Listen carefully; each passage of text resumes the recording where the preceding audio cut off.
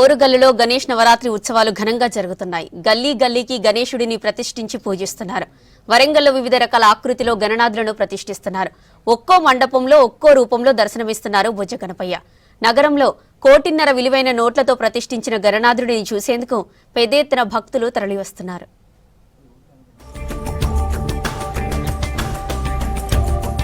వరంగల్లో మట్టి విఘ్నేశ్వరుని ప్రతిష్ఠించారు వినాయక ట్రస్ట్ సభ్యులు. 1,53,116 రూపాయలతో గణనాథుణ్ణి అలంకరించారు. నోట్లతో అలంకరించిన గణేశుణ్ణి చూసేందుకు భక్తులు పెద్ద సంఖ్యలో తరలి వస్తున్నారు. లక్ష్మీ పూజ ఇప్పుడు దాదాపుగా 18 సంవత్సరాల నుంచి లక్ష్మీ పూజ కంటిన్యూ చేస్తున్నాము.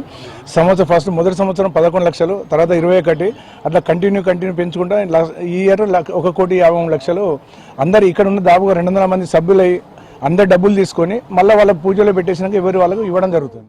ఒక 1 మంత్ నుండి ప్రిపేర్ అవుతాము.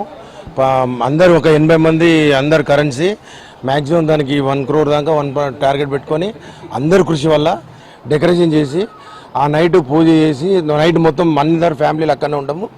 పూజ అనంతరము ఆ క్యాష్ ఎవరు వాళ్ళు డిస్పాచ్ అయ్యి పర్యావరణం కోసం భక్తులంతా మట్టి గణనాథులనే పూజిస్తున్నారు. ఓరుగల్లు ఎయిర్పోర్టుకు అనుమతి రావడంతో భక్తులు గణనాథుడు విగ్రహం పక్కన హెలికాప్టర్ ఉండేలా ప్రతిమ తయారు చేయించి మండపంలో ప్రతిష్ఠించారు. మన వరంగల్ కి ఎయిర్పోర్ట్ వచ్చింది కదా అని ఆ ప్లాన్ తోని మేము డిఫరెంట్ గా ఉండాలి, వరంగల్ కి ఎయిర్పోర్ట్ వచ్చింది కానీ ఈ థీమ్ తో మేము ఏరోప్లేన్ గణపతి రెడీ చేపించాము. చాలా మంది ఎయిర్పోర్ట్ థీమ్ కదండి, చాలా మంది వచ్చి వరంగల్ కి ఎయిర్పోర్ట్ వచ్చినట్టు అనిపిస్తుంది. హెలికాప్టర్ లో ఎగురుతున్నాడు, ఇక్కడ వరంగల్ కి వచ్చింది కదా అని.